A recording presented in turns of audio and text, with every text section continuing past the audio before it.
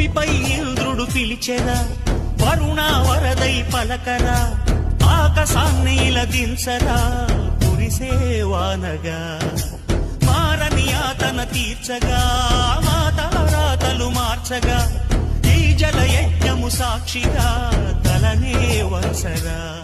మహారాజు తాని సమిధల్లి మారి నిలువెల్లా వెలిగెరా, భోగాన్ని విడిచి త్యాగాన్ని వలచి తాపసిగా నిలిచెరా. జనక్షేమమే తన సంకల్పముగా, తన ఊపిరి హోమజ్వాలలుగా, స్వర్గాన్నే శాసించనురా, అమృతమును ఆహ్వానించనురా.